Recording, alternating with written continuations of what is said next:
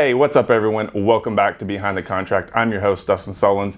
Today I have a very exciting guest that I'm very excited to speak with, Amanda Mock. We're going to be discussing her in the industry. She's only been in the business for less than 12 months, but looking at numbers, what we're going to talk about today, you would not know that. She produces at a veteran level, so we're going to kind of get into what she does and how, if you're a newer agent, that can work into your favor, as well as if you're a veteran agent, maybe things you can take from her. So with that, we'll get into it. Amanda, thanks for being here. Thanks for having me. Absolutely.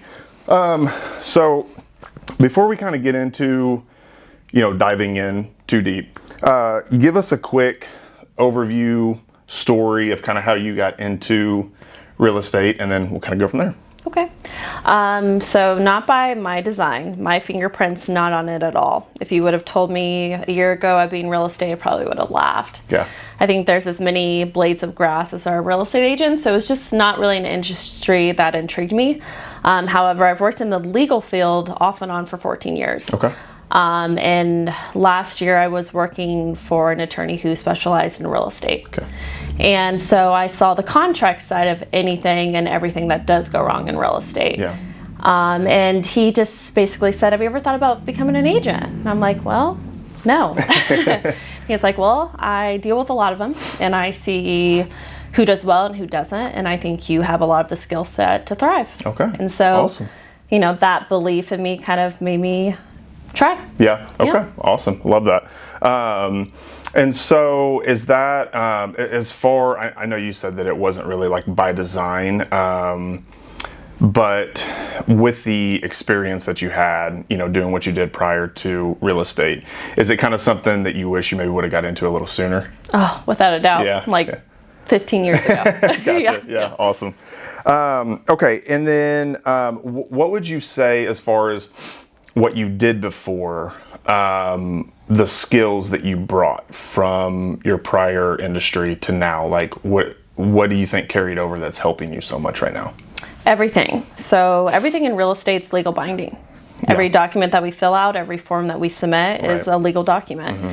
So I think having the skill set of contract law helped me immensely. Okay. Everything. Yeah, perfect. Okay. And then kind of expanding on that, part of that background do you think, because obviously being in the business for less than 12 months, what specifically stands out that you think gave you an advantage to hit the ground running and have the success that you're having? I think the knowledge to know what goes wrong in real estate. Okay. So being in the real estate legal industry, I saw what led to foreclosures, what led to probate court. Okay. People not knowing the property lines, Yeah. not knowing easement regulations. So making sure that you mitigate that and play zone defense to make sure your buyer or your seller never gets in that kind of compromise situation. Okay, perfect. And then this could be, kind of a similar question. But what did you feel like you kind of already knew going into real estate that maybe like newer agents that don't have your background or experience maybe don't know? Communication. Okay. I think anything that's high pressure, and this is going to be the biggest purchase that most individuals make. Right. That is going to hold hands with a lot of stress. Yeah. So communication, having clear expectations and, ideas of what your seller or buyer is expecting, and just being an over communicator, but also being a mediator. Yeah. I mean, so much in the industry is push and pull. So being able to communicate, but also nurture a deal. Yeah. Be a good mediator. Got it. Okay. Yeah. I think that's, anybody watching it who is a new agent I think that's like a gold nugget right there. Because a lot of communication is so important in this business, no matter what side you're on. I can't tell you how many times I've called a listing agent and I can't get a response back. Yeah. And what a disservice to their client. Absolutely. So communication, relationships. Yep, absolutely, 100%. And so you kind of touched on a minute ago, like what led you into real estate, but what would you say was your like why that you got into real estate? So, I mean, that attorney really motivated me to at least try to get licensed. Yeah. So last summer, I just really kind of dove into anything real estate. I read like 14 books. I listened to endless podcasts, just learned anything I could about the market, what the market was doing, buyer side, seller side. But really, I went through so many major life changes the 2 years leading up to that, that if I was going to do a career change, I wanted it to be one that benefited my family. Got it. Real estate offers so much flexibility. It does, yeah. I mean, having the luxury to take my son to preschool every day is such a gift. It is. I mean, that makes me feel rich. Yeah. And real estate affords me that. Yeah. So that's my why. Okay. Yep. Love it. Yeah. I'm very like the flexibility, you know, obviously I tell everybody, I'm like, hey, my phone is always ringing. It's always on. But the flexibility to, like you said, like I take my daughter to school every day. I pick her up almost every day. It's just, I don't know that there's too many other industries out there that can provide that. No, I mean, it's a grind. Yeah, I mean, for sure. I mean, you're going to work weekends and late nights, but that flexibility is there. Yeah. And I don't know if I could ever go back to like a 9 to 5. Right, I've said the same thing. I don't think I could. Yeah, absolutely. Okay, so now I want to get into talking about the success that you have had. So again, you've been in the business for, you know, less than 12 months, but you've done what, about 5 million now so far? Yeah, so I'm in my 7th month of real estate, and I've closed about 5 million. Okay, yeah. So what do you think really a lot of that success came from? I think 2 things, consistency and people. Okay. I told myself when I got licensed, I'm going to give real estate 1 year. And if that 1 year doesn't take off, because statistically, as a new agent, you're set up to fail. Yeah. I think it's like more than 85% of real estate agents don't even sell one home their first year. Right, like, yeah. that's a very doom and gloom statistic. Is, yeah. And it's honestly an expensive license to maintain. So the 2 of those combined, your odds are not well. Right, yeah. So I was gonna give myself 1 year to be consistent, just pour into it. And the people side of it, building relationships. I think when you build relationships, people trust you. Yeah. And then when people trust you, they give you their business. So those 2 things. Okay, love it. Yeah, I think, and actually I'll ask this next question first. Speaking of consistency, so what do you think that you are, maybe like the one thing that you are consistently doing that is helping you to, you know, keep that momentum going? Well, I learned through reading so many real estate books, you have to build a pipeline. So in real estate, we are paid 30 days behind. And so I think a lot of agents, new and veteran, they have like a stellar month. Yeah. They have a month where they sell over $1 million. And I mean, there's not very many industries that you can make that much revenue in a month. So I get that. Yeah. That's exciting. Yeah. But you can't ever take your foot off the gas. Right. I'm constantly working on my pipeline. No matter what I close in May, I'm going to be thinking about June. And then I'm going to be thinking about July. Yeah. And so just constantly being in communication and having a minimum of like 3 touching points with potential leads a day. Yeah. So I think that's a big part of it. Yeah, and I think, you know, for any new agent that's watching, maybe even veteran agents that are watching that maybe are kind of hitting like a little bit of a plateau or something, I think really kind of getting back to the basics and staying consistent is really like the key. Because I've talked to some people, and I think sometimes whenever you start trying to maybe do too much and you're not really focusing on just doing what gave you the success in the beginning, will really kind of like, you know, just having that reset and getting back to what started the success is huge. Yeah. I think you're 100% right, because you're not going to reinvent the wheel of real estate. Right. From the time that someone hires you, from the time that you close, the chronology of every deal is the same, because we all have the same compliance issues. Yeah. But you can improve the wheel. Yeah. And I think bringing customer service back to real estate is the missing element. For sure. Yeah, kind of like you touched on earlier, where it's like, you've got your buyer who loves a house and they want to make an offer, and then you just can't get a hold of that listing agent. It's like, not only are you affecting your sellers, but now you're affecting, my client now as well. So. Yeah, and I think that's something we're seeing across the board in every industry. Customer service is kind of dying. Yeah. And I really see it in real estate. So I think bringing back that client first customer service goes a long way. It does. Yeah, goes for a long sure. way. So what would you say daily are like your 3 non-negotiables that are helping you maintain the success? Every single day I have 3 touching points. So 3 individual times that I communicate with a potential lead. Okay. And I make it a minimum of 3. Okay. Time blocking. Very early on into becoming a licensed agent, I had a very trusted mentor say, you have to time block. You have to set aside this amount of time, whether it's just paper cleanup, going over emails, chasing down leads, following up with leads. Yeah. And also just shouldering what you can. When I was very, very new, I'm still new, but very early on into being licensed, I wanted to shoulder everything. And there's so much in this industry you cannot control. Yeah. So focus on what you can control. Got it. Yeah.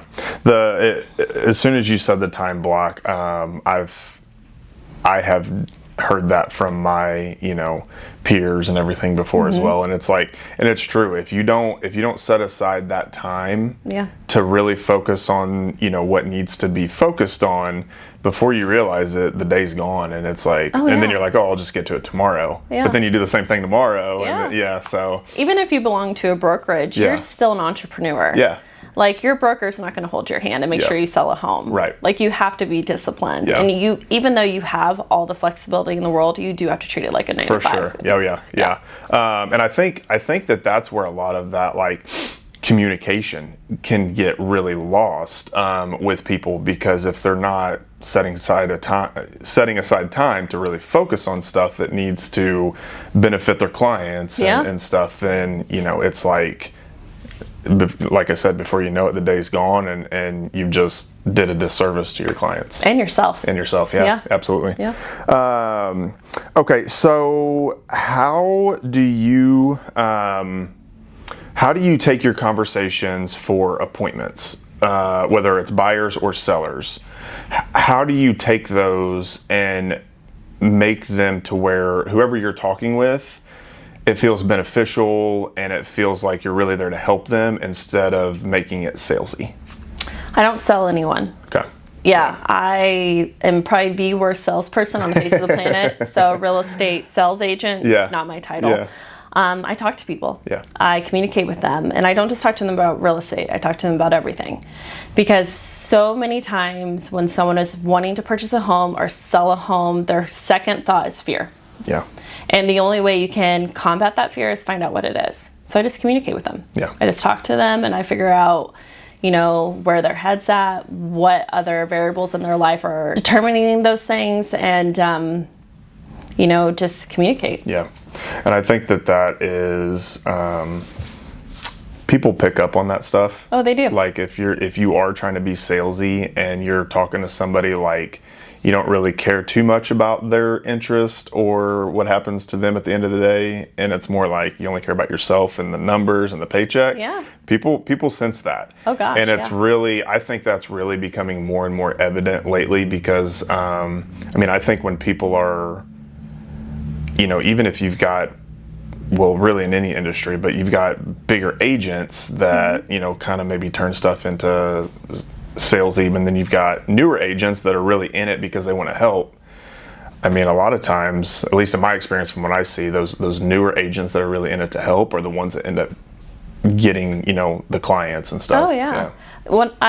I completely agree. I think that people can feel if they're commission to you. Yeah. And you have to treat people like they're people. Yeah. Clients are people, and they're not a commission. Right. Yeah. And I think that most real estate agents, they feel like a click above a used car salesman. Yeah. Yeah. That's terrible. It is. No one wants to feel that way. Right. Especially with the biggest purchase of their life. For sure. Yeah, it always goes back to, I always think of like when you're in, elementary and the teachers, got it posted on the bulletin, treat others how you want to be treated. Yeah. I think a lot of people forget that. Yeah. And they're just like, I'm in it for me. But then if you really think about it, it's like, if somebody was doing that to you, would you appreciate that? So no. Yeah. And I don't spend a dime in advertisement. Yeah. So how I treat someone, they're going to be my walking billboard forever. Yeah. Yeah. And so I want them at the end of their transaction to say, this was the easiest thing I've done. And she cared. Yeah. And she was available. Yep. And I think that will turn into a lot of natural, organic referrals later on. It already has. Yeah, for and sure. I think that will just grow and grow. Absolutely. Yeah. Yep. Okay. I love that. Now, if you have somebody that says, hey, we're not ready yet, what's your response? I think I would ask why. What is your why? Because I think as a real estate agent, you hear that a lot. Yeah. And I think the first thing I say when they tell me their why is, what will change in a year that is going to offset that why? Yeah. And usually it's nothing. Right. It's like, well, I want to save more money. Okay, well, you've been saving. Yeah. So are you going to be in a better position a year from now? If you're not, then let's find a way to mitigate that why, so it still is a comfortable transaction for you. Yep. That makes sense. I think a lot of people, especially like, hey, I just feel like I don't have enough money yet. Yeah. A lot of people, I feel, at least in my experience on the lending side, they don't realize that, they think they have to have $15,000, $20,000. Yeah. They don't realize that maybe the 5 or the 10 that they already have is enough. And there's so many ways and options that I have that I can help them with what they have. Yes. Yeah. So, okay. And then what would you say that most agents, newer or veteran agents are trying to avoid that you're doing that you think is giving you success? I think offering them more than just a real estate service. So from the time someone hires me, from the time that we close, I'm a lot of things. I'm a negotiator, I'm their advocate, but I'm also pitting people in their lives that are going to provide them peace of mind. If there's something going on with the foundation of your home, that's out of my wheelhouse. I can't help you, but I am going to put someone in front of you that I trust. Yeah, for sure. Who is either going to say, listen, this is not a good transaction, or they're going to be like, this is totally fixable. Yeah. So just having a tool belt of vendors who I trust and who will represent me in a way that I feel comfortable moving forward, and giving them those resources. Yeah. And kind of creating a roadmap. I think anyone who is purchasing or selling a home wants a compass. Yeah. They don't want to shoulder all the headache. They don't want to stress. They just want someone to point them in a direction, and we'll get them to their common goal of what they want. Yeah. Okay. Love it. Would you even say, like, maybe newer agents who are brand new into the business, maybe a month, 2 months, 3 months in, instead of, obviously, you want to get clients and start building your pipeline, but would you even say, like, hey, start also maybe focusing on going out and building relationships with contacts like, inspectors and stuff like that? Because I think if you can even do that, and you can show those clients, even though you're new, that you have, basically contacts at your disposal that can benefit them, I think that would be huge as well. Yeah, I mean, my first piece of advice for a new agent is going to be plug into a networking group. Yeah. Really, the only way you trust your vendors is by getting to know them. Yeah. And the only way you get to know them is spending time with them. For sure. So if every week you're at a networking group, you're getting to know an individual by the services they provide, but also who they are as a person. Yep. And does their business model mirror yours? Yeah. Are they client first? Are they integrity, honesty first? Or are they commission and finance, Right. money based? Right. And because I'm not the home buying wizard. I'm not going to have all the answers, but I want to have a Rolodex of everyone who will have those answers. For sure. Absolutely. Yep. And I think, the very first conversation we ever had, we had mentioned how it's like you want to be learning something new every single day. Yeah, if you're the smartest person in the room, you're in trouble. Yeah, exactly. You need to find a bigger room. Yep. Absolutely. Yep.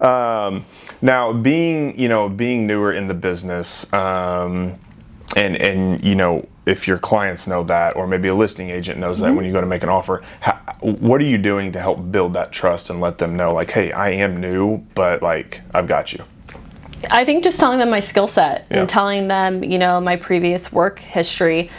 I'm not going to gaslight you into living at home. I'm going to open the front door for you, and I'm going to answer the questions based on the disclosures, but I'm going to let you decide what home is best for you. But then I'm going to get you the best price. I'm going to negotiate you the greatest terms that I can, and I'm going to get you through the inspection process so you feel safe in this home long term. Yeah. And I think that matters more to people than if you got your license in 1999. Absolutely. Yeah, for sure. And this question that I'm getting ready to ask, I'm very interested to see what your answer is, because everybody goes through this. New agents, veteran agents, it doesn't matter. When you are slow, or you have you feel like maybe you're having an off week, what are you doing to try to bring that back around? I don't feel that weekly. I feel that daily. Okay. So I have really bad imposter syndrome. No matter how many houses I've sold already, I constantly feel like I can learn and do more. And I think a huge portion of that is, this is the first job I've ever had where my income can't be capped. Yeah. And so I've kind of been like foot on the gas. Yeah. So I feel like I am slowing down in momentum every day, which I think is good. Yeah. Because I think a lot of real estate agents, they get a little taste of selling homes and success, and they kind of coast because you can. But I think you can't. Your first year or 2 years in real estate, you need to build a referral base. For sure. And that comes by numbers and mass quantity. Yeah. So what do? I just work 24/7. Yeah. That's what I do. Yeah. Just nose to the grindstone and just get to it. Yeah. And I think a lot of people don't realize that, like, they're sitting around and especially newer agents probably, they're just like, I know for me, like, when I was brand new in the business too, if I was sitting there and I was like, oh, I don't have anything to do, there's always something to do. Yeah. But you're just, I think it's so easy to be like, I don't have anything to do, so I'll just get to it tomorrow. And I think having goals for yourself, like I told myself, I'm going to give myself 1 year in real estate to see what happens. Well, I can't just see what happens. What goals do I have for myself? So I said my first year in real estate, I'm going to sell 20 houses. Well, I accomplished that in my first 6 months. So I got to up that. I'm not just going to be content and stop. Right. Yeah. So kind of, building. Yeah. And like you said, there's always something to do. Yeah. Like I've really worked on building a client base and a good pipeline, but my social media side's awful. Yeah. Like my social media presence is awful, and I didn't even have social media before becoming an agent. Yeah. And so, I want to kind of, improve that. Yeah. There's always areas, like you said, you can improve. For sure. Absolutely. Yeah. I think whenever you're making goals, and I think anybody watching this is very important. When you're setting goals, don't set a goal that is easily attainable. Yeah. Set that goal to where you're like, you think it's going to be next to impossible to get to. 100%. Because if you set a goal that's easily attainable and you hit it, I think that's where a lot of people end up just kind of coasting after that. Yeah, you feel content. Yeah. And I think if you're in a position that's commission-based or sales-based, you should never feel content. Yeah, for ever. sure. Absolutely. Yep. And then what is one mistake that you made early on, right? When you first started that you're like, I'm fixing this now so this never happens again? Shouldering everything. Okay. And not, leaning into my team and my resources. I felt like I needed to have the answer and the roadmap to everything, but the truth is I didn't. Yeah. There were so many times I just called the title company and she would tell me something and solve it in 30 seconds, which would have cost me a day of havoc to try to fix. or just having a good working relationship with my lenders and, you know, my inspector. There's so many times I call my inspector, or like I'll FaceTime him. Can you look at this? You know? Yeah. And just having that kind of relationship and leaning on those people. Yep. And so I fixed that very early on, and it's made all the difference. Yeah. Because it's allowed me to focus on what I'm supposed to focus on. For sure. Yeah. Yeah. I think whenever you shoulder when you take all the issues, especially ones that are out of your control, and you put those on your shoulder, that makes it like, then you become to the point where you're like, oh my goodness, like I don't even, and I think that that can cause people to either leave the business before they even get started, Yeah, major burnout. Yep. What's one thing you wish, or one thing you would tell new agents to know before day one? It's a grind. Yeah. Yeah. I mean, if you want to be in real estate, I think it's arguably probably one of the most competitive fields. Yeah. So you have to be ready to work. Yeah. But also, there's enough work out there for all of us. Right. And to keep that in mind. I mean, so probably those two things. Okay, perfect. And so moving on, so if like a new agent, or you know, even a veteran agent is they're kind of in a lull and they're not really having a lot of success at the moment, what would you tell them? Like, hey, in the next 7 days, do this, and you know, you'll start seeing some movement. Live on the MLS. Okay. Live on it. Know what homes are selling for per square foot in every area that you service. Go on the expired listings, get a listing.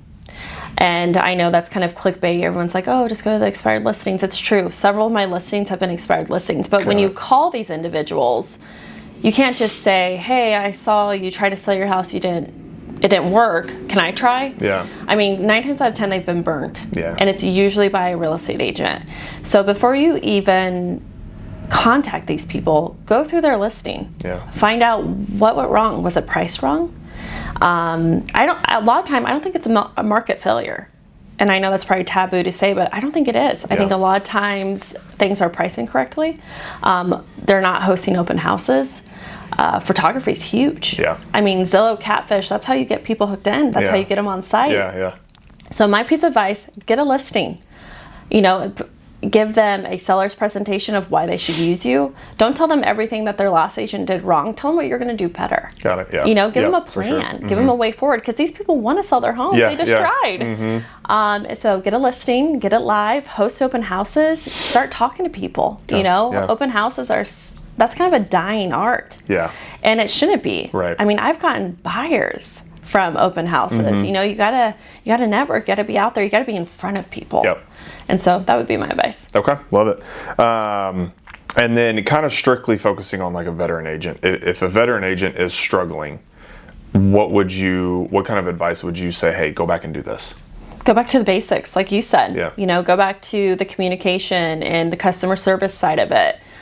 You know, I was fortunate enough going into real estate, I got to see a lot of agents that I wanted to emulate their behavior. But it was just as important to see the kind of behavior I didn't want to emulate.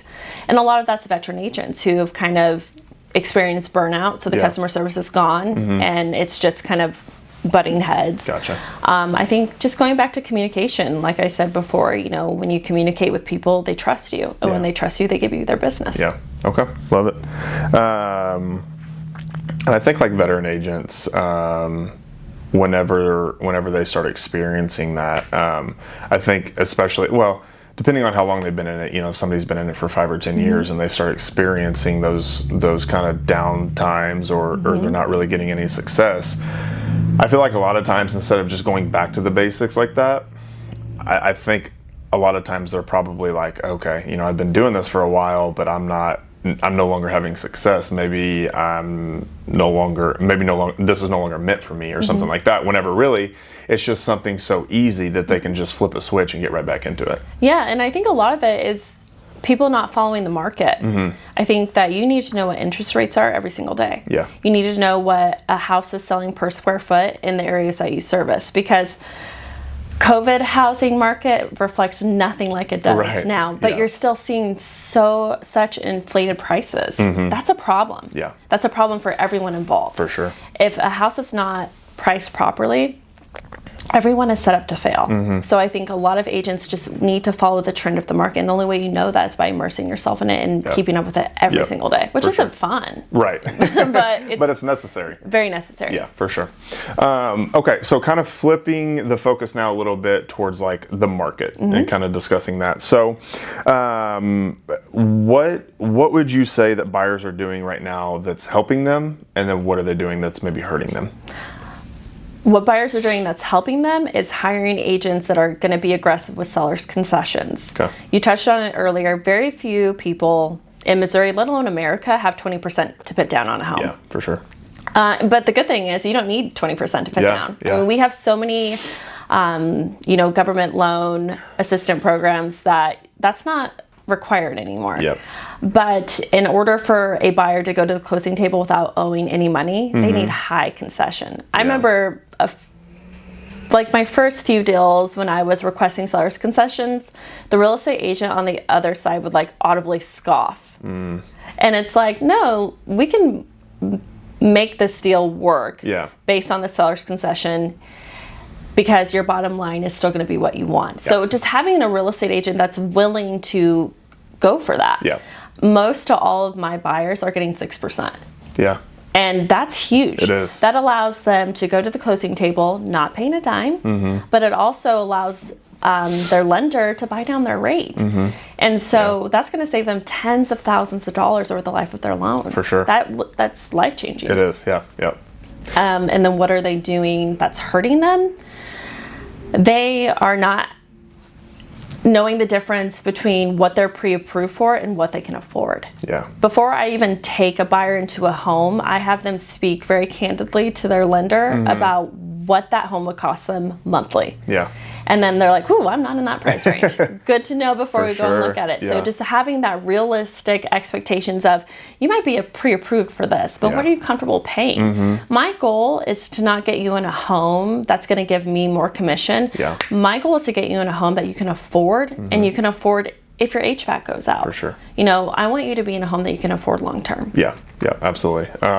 When I first got into lending, all I focused on was pre-approving them for as high as I could get them approved for, only because I just wanted them to know, hey, this is what you can be approved for, right? Obviously, you don't have to go this high, but this is what you're approved for. Very, very quickly, I started learning, and I completely shifted that focus to, and I asked the question every single time now. It's one of the very first questions I asked is, what is your monthly payment goal? Yeah. Like, what are you paying now, maybe in rent? Or if you're selling a house, what is your mortgage right now? How is that for you? Is that comfortable? And then, that very quickly dictates how the conversation is going to go when we start talking about pre-approval.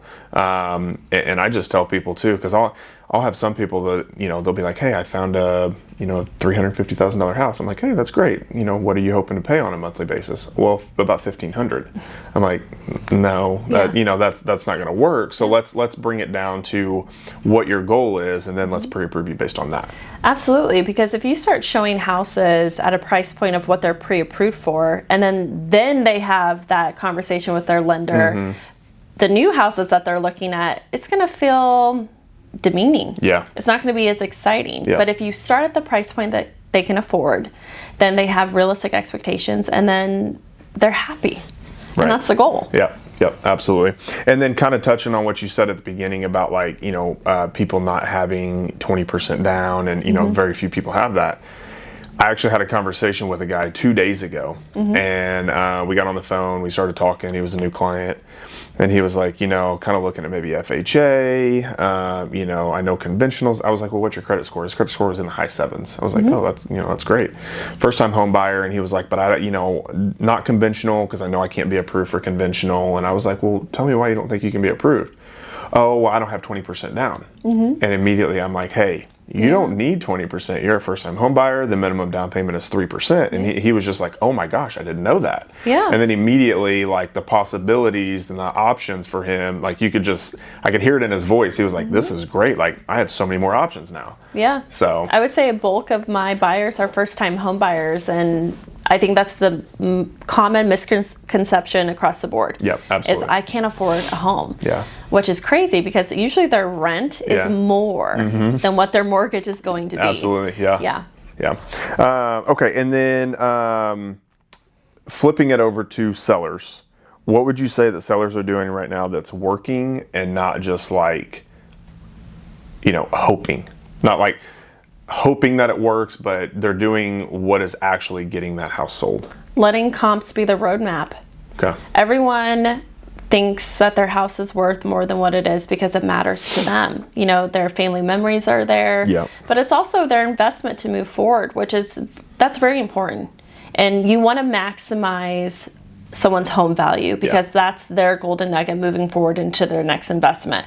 However, it does not benefit anyone involved to overprice a home so it just sits on the MLS. Yeah. So letting the comps of what houses are selling in that area be their roadmap. Got it. And really being able to pull comps and know that. Okay, yeah.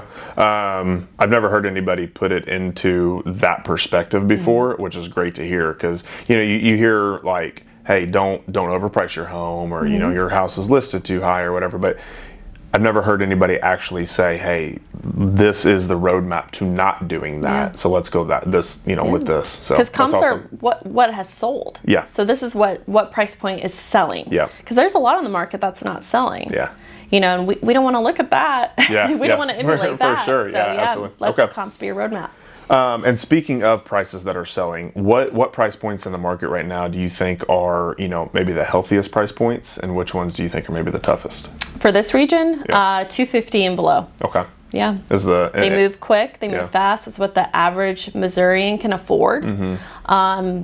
There's tons of them. Yeah. So as a buyer, it's like there's tons to pick from. Anything above that's where things get hairy. Yeah. So I've pre-approved 3 people in the last 2 days, and the last 3 pre-approvals I've had in the last 2 days, and all 3 of them have been 250. Yeah. And it's been, and I go back to that question of, hey, well, what's your monthly payment goal? All 3 of them. Oh, I don't want to go over $2,000. Yep. And that 2,000 kind of hits right around that 250 mark. So yeah, I mean it's great you say that, because as soon as you say it, you said that, I'm like, perfect. I just went through this in the last couple days. Well, and you would see it before I do on the lending side. Right. And so that would be another piece of advice I have for new agents is it's great to get a $500,000 listing. Yeah. It's great to get a $500,000 buyer. But the truth is a bulk of your business is going to be 250 and below. Yeah. And work those deals. That is the majority of the home buyer right now. Yeah. Work those deals. Yeah. Yeah. That you're probably going to sell. You'll probably sell those 2, if you get 2 $250,000 listings, you probably sell those way faster than you would that one $500,000 one. Yeah. I can sell $1 million in houses by those 250s quicker than I can sell a $400,000 home any day. Absolutely. Yeah, it's crazy. And I don't think a lot of people realize that either. I think, maybe you can attest to this, but I think maybe there's a lot of agents that are like, I want those nice houses, those luxury homes, those $500,000, $600,000, $700,000 houses, and then they get them and then they just sit and they're not moving, they're not having success or anything, and then that starts, the questions and the doubt and all of that. So it's and like the pressure. Yeah. I mean, the luxury homes, they're awesome, they're beautiful, and they make great, social media content. Yeah. They're hard to sell. Yeah, Very few people can afford them. Yeah, absolutely.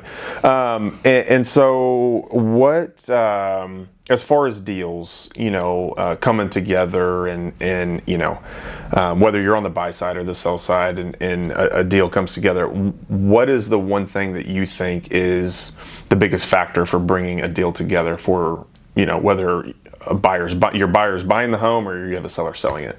I think it's a 2-part thing. I think part of it's advocating. You have to have your buyer seller's main goal as the forefront of your mind. You have to be their advocate. But the second part of it is just being willing to mediate and negotiate. Gotcha. I think so many agents get landlocked and then deals dissolve, Yeah. which is crazy because we have the same goal. Yeah. We wanted to get to the closing table. Yep. But I think there's a lot of peacocking in real estate. Yeah. And I think that's got to die. Yeah. And the only way that dies is if we put our customers first. Yep. And if we, negotiate. Yeah. Okay. Perfect. What are buyers expecting right now that's not realistic anymore? I think the biggest thing is price point. Okay. I mean, the price of homes are inflated. And I think once they're inflated, they're probably not going to go back down.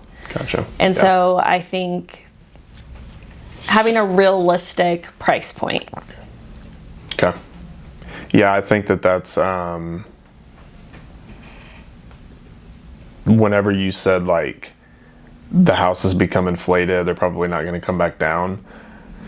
I don't think a lot of, especially buyer maybe, and sellers really, I don't think that they really realize that. Yeah. Especially maybe even sellers, because if they overprice, like we were talking about earlier, it's really, that's kind of hard to navigate that once you get that on the market. Yeah, I agree. And I think a lot of that should fall on real estate agents, like having realistic conversations with their sellers. Yeah. Like, well, my neighbor 4 years ago or during COVID sold their house for this. Yeah. It's a totally different market. Yeah. Completely different, Yeah. and just showing them, price per square foot, Yeah. what houses are going for, and having those truthful conversations. Because we don't want to add to the inflation problem. Right. We want to kind of turn that ship around. Like, Yeah. home affordability should be the utmost importance to every American. Yeah. And really, as a real estate agent, our job is to stimulate the economy and to sell homes. Yeah. Not to inflate it Right. and to bottleneck it to where people can't afford homes. Yeah. Like, what a frustrating and demeaning place to be. For sure. Yeah, absolutely. And as far as buyers go, what are you seeing that's maybe the best opportunities for them right now? High concessions. Okay. I think that I personally think right now it's still a buyer's market. Yeah. Almost all of my transactions, we've gotten 6%. Yeah. And I think that's huge. You really monopolize on that, capitalize on that, because we have buyers going to the closing table getting a check. Yeah. Yeah. Yeah. So you're not only do you not need 20%, but you're going to go to the closing table, get a check, Yeah. and I'm going to buy down your rate because Yeah. of the concessions I got you. Yep. So Yep. just totally flipping that mentality on its head. Get the higher concessions. Yeah. But you got to structure it in your offer to where it's not going to inflate the price of the home. You don't sure. want to run into an appraisal gap. Yep. But the only way you don't run into appraisal gap is if the listing agent prices the home properly. Right.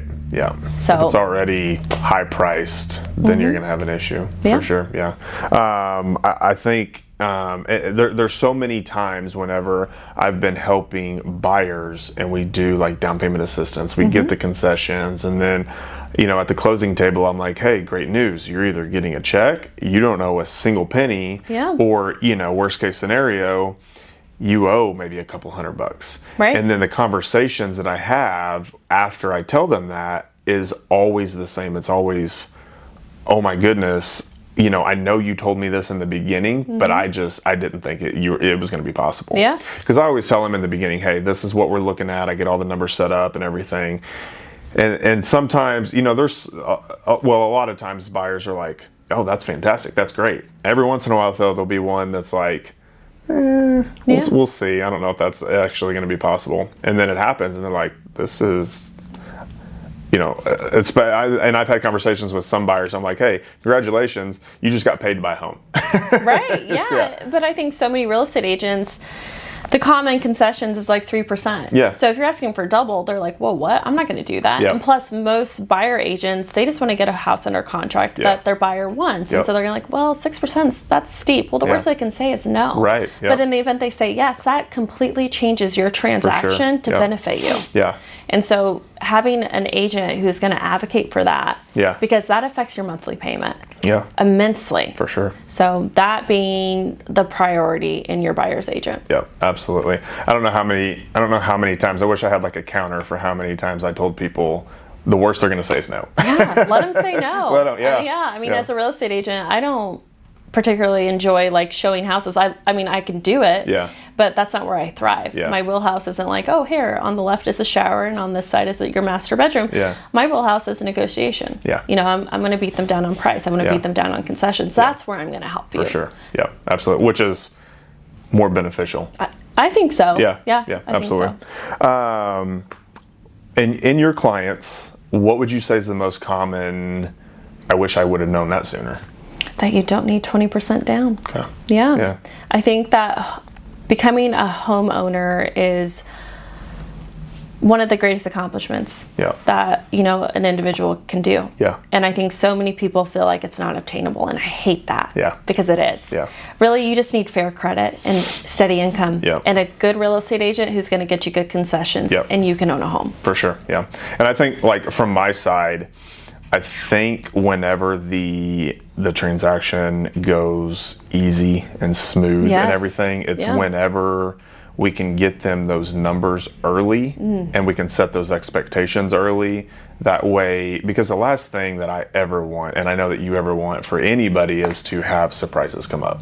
No. And it's like, because that just, it could be going so smooth, and then all of a sudden it's like a train wreck. Yeah. And that's the last thing that you want. So Yeah. I think from the very beginning, purchasing a home, you're kind of on your heels. Yeah. Because you're nervous. Yeah. It's a big transaction. It's a lot of money, and Yeah. it's for a long time. Right, yep. So all those things combined, you're nervous, and rightfully so. Yeah, So yeah. surprises with that, absolutely not. For sure. That's why I don't even show a single house until they've had the conversation with their lender. Yeah. And that's the lender's wheelhouse. I stay in my lane when it comes to that. I don't Yeah. talk numbers. I don't talk anything lending side. Yeah. I make sure that that point of contact is their trusted lender. Yeah. And they have to talk about, this is what you're pre-approved for, but what's your monthly goal? Yeah. And then once they have that number, then we look at houses. Yep. And that's what leads to going under contract. For sure. Yep, absolutely.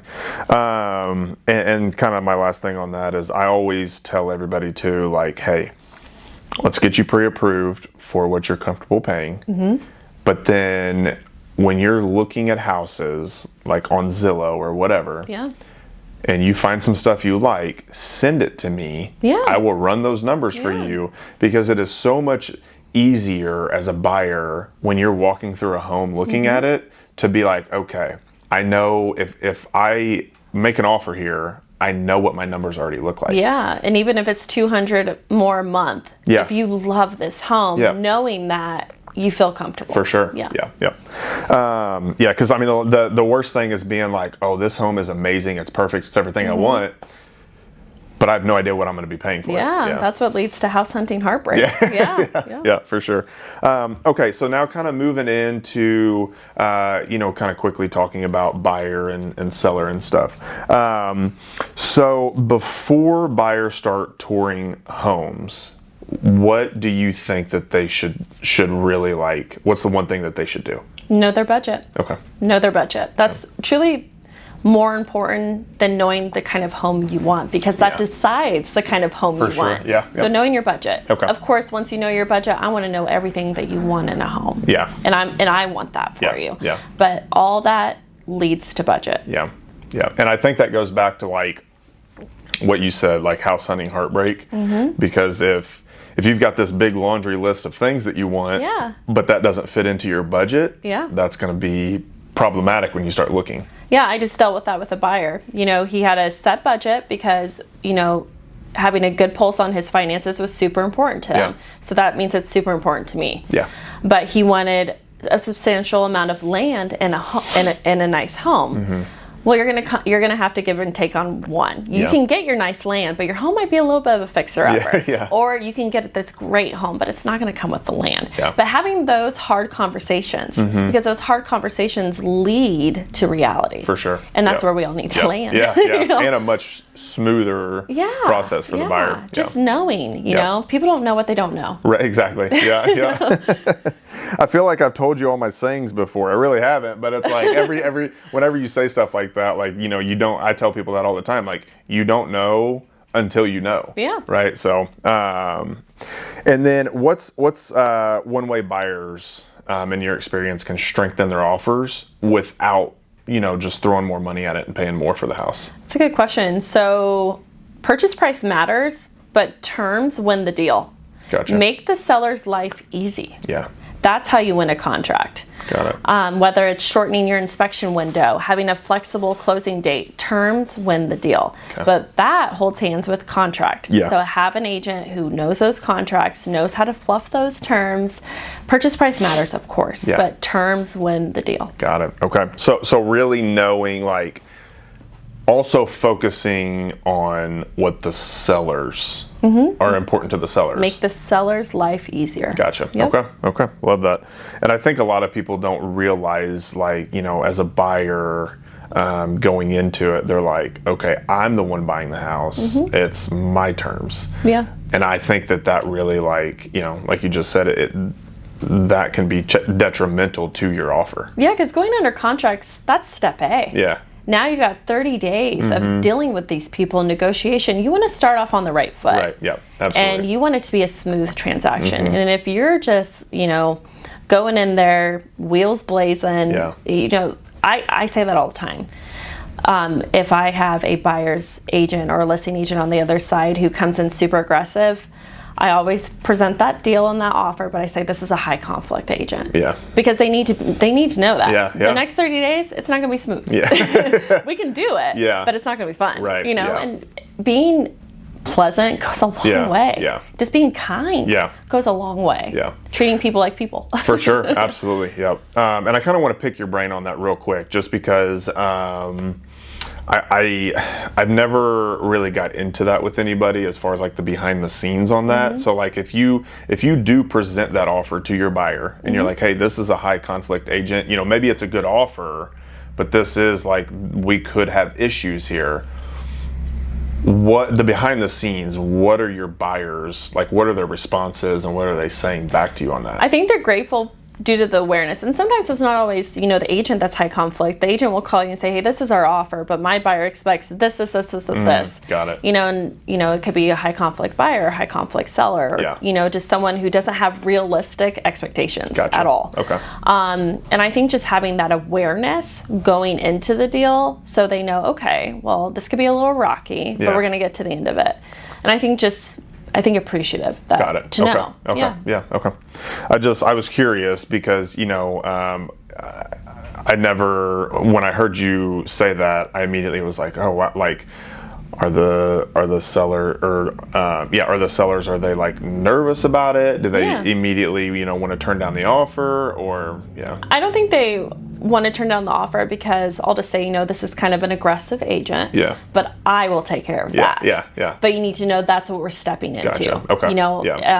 Or this agent, I have a great working rapport with. They're awesome. They're going to make sure that both sides feel happy at the end of it. Yeah. I make sure they know that. Yeah. Because that should strengthen a deal. For sure. Like, this agent is lovely. Yeah. So, I've looked at houses with buyers just because of a listing agent. Oh, wow. Okay. Just because I know, like, this person's going to be decent, and going to be kind, and it's going to be a smooth transaction. That means everything to everyone involved. For sure. Because it's already stressful. Yeah. Let's not drown ourselves. Yeah. Right. Yeah. Let's alleviate as much stress as we can. Yeah, this is not fun. Yeah. Yeah.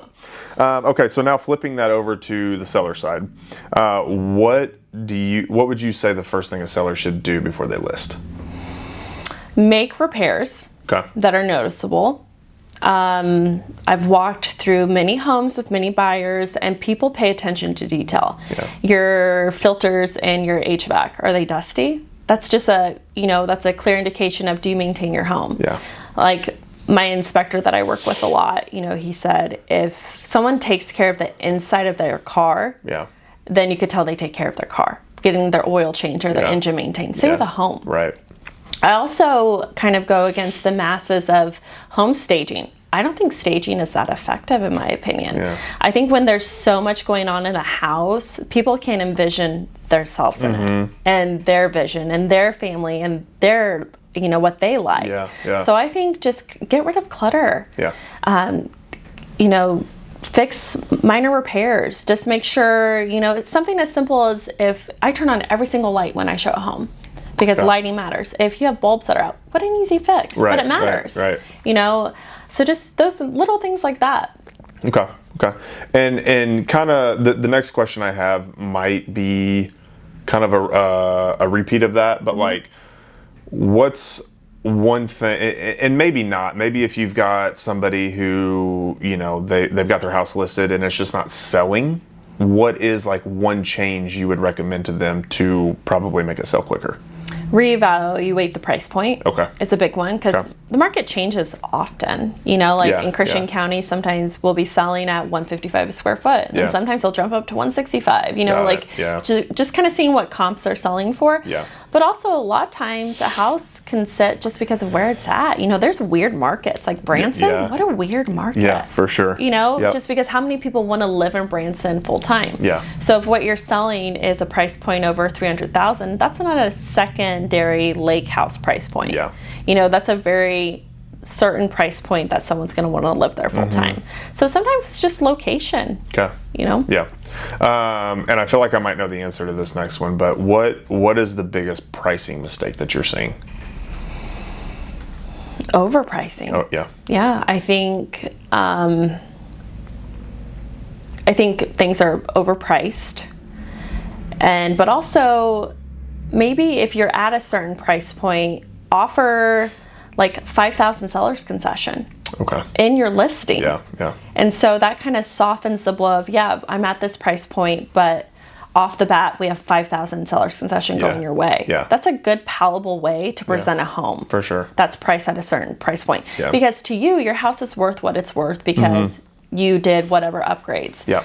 But, the buyer decides what a house is worth. Yeah. No matter what you list it for. Because it's what it's worth to them. Yep. Would you say that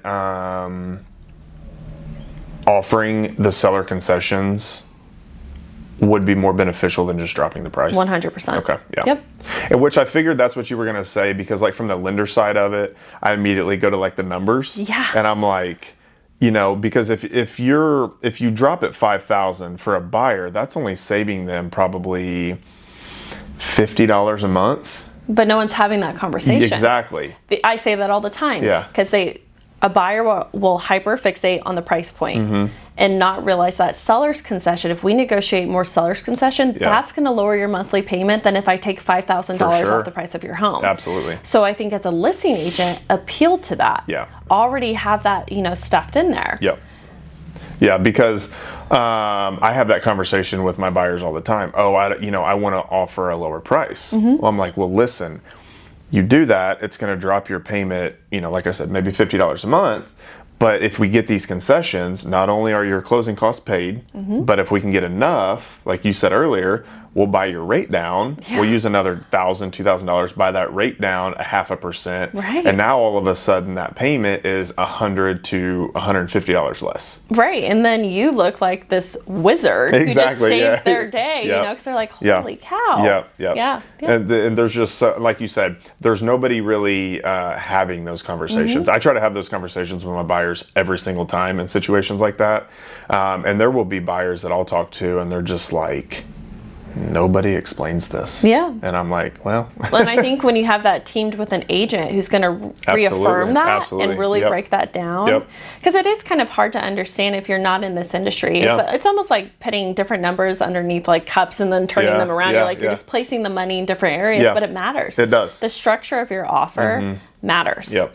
And I tell people all the time, there are so many different ways that we can move these numbers around to make it, where it doesn't, like we're pulling from here and putting it here, and that doesn't really seem like it's going to do a lot, but it does. Yeah, it makes all the difference. If I can get you enough seller's concession to buy down your rate, I am saving you tens of thousands of dollars over the life of your loan. Who cares about $5,000 in the purchase price? Exactly. Yeah. But until you really have the customer service to take the time to explain that and break that down, they don't know. Absolutely. And then once they know, they're on board. Yeah.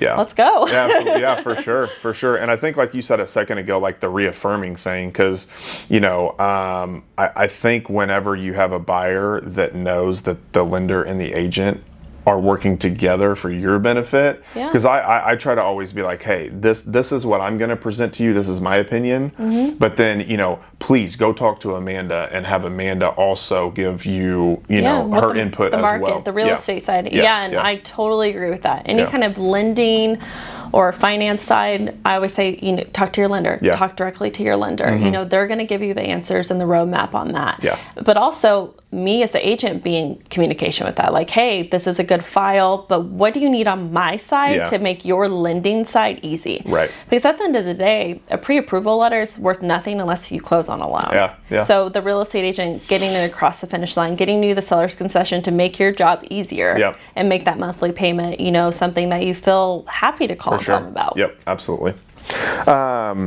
And so, what is one piece of advice that, like, if you could give advice, just one thing to buyers or sellers that would save them stress, money, time, whatever it may be, what would that be? Don't fall in love with a home. Okay. Fall in love with the price and the inspection. Gotcha. The moment you fall in love with a home, you're now being led by your emotions. Yeah. When you're led by your emotions, you have forfeited the ability to advocate for yourself. Got it.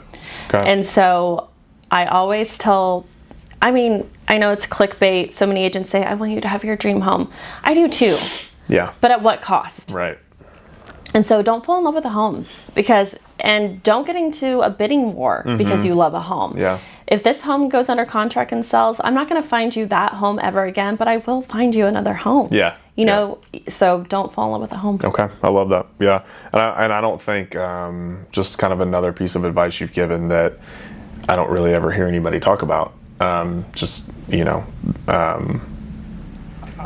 think I'm trying, my wheels are spinning because I actually have somebody who just experienced that. Yeah. He found this house.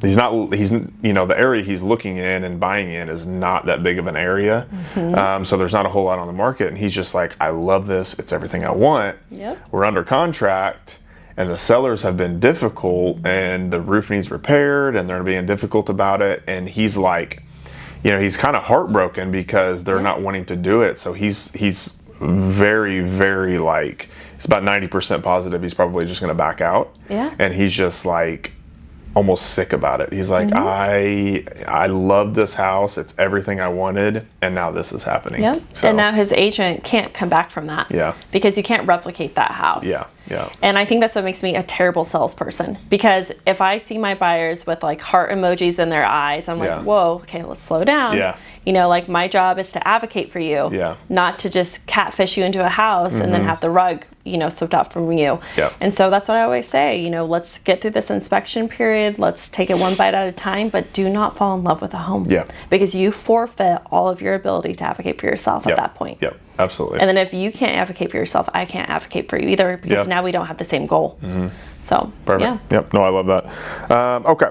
So kind of coming to the end. So what I want to do is kind of like a little rapid fire question thing. I've got 3 questions here. I'll ask, and you just kind of first thing that comes to your mind. It can be a short answer, it can be a long answer, just first thing that comes to your mind. Okay, what is one thing that you wish that you started doing sooner? Real estate. Okay, love it, yeah.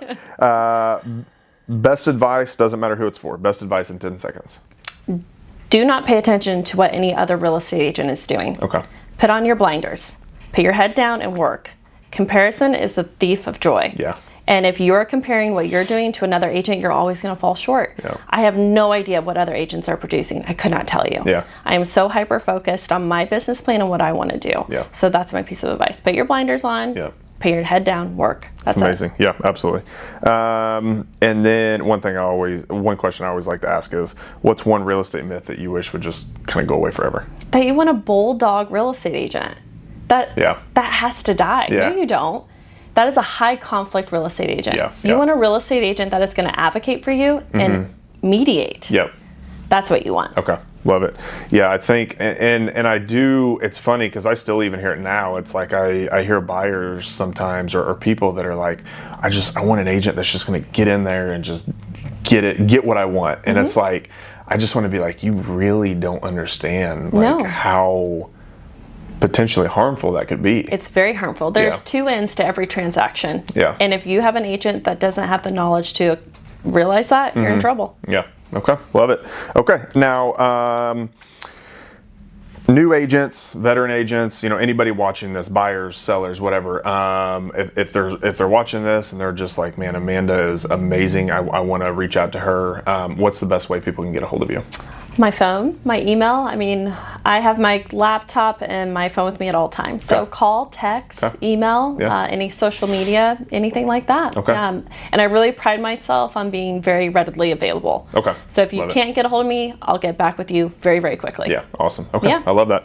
All right, guys, I will put Amanda's contact information in the description whenever I get the episode posted.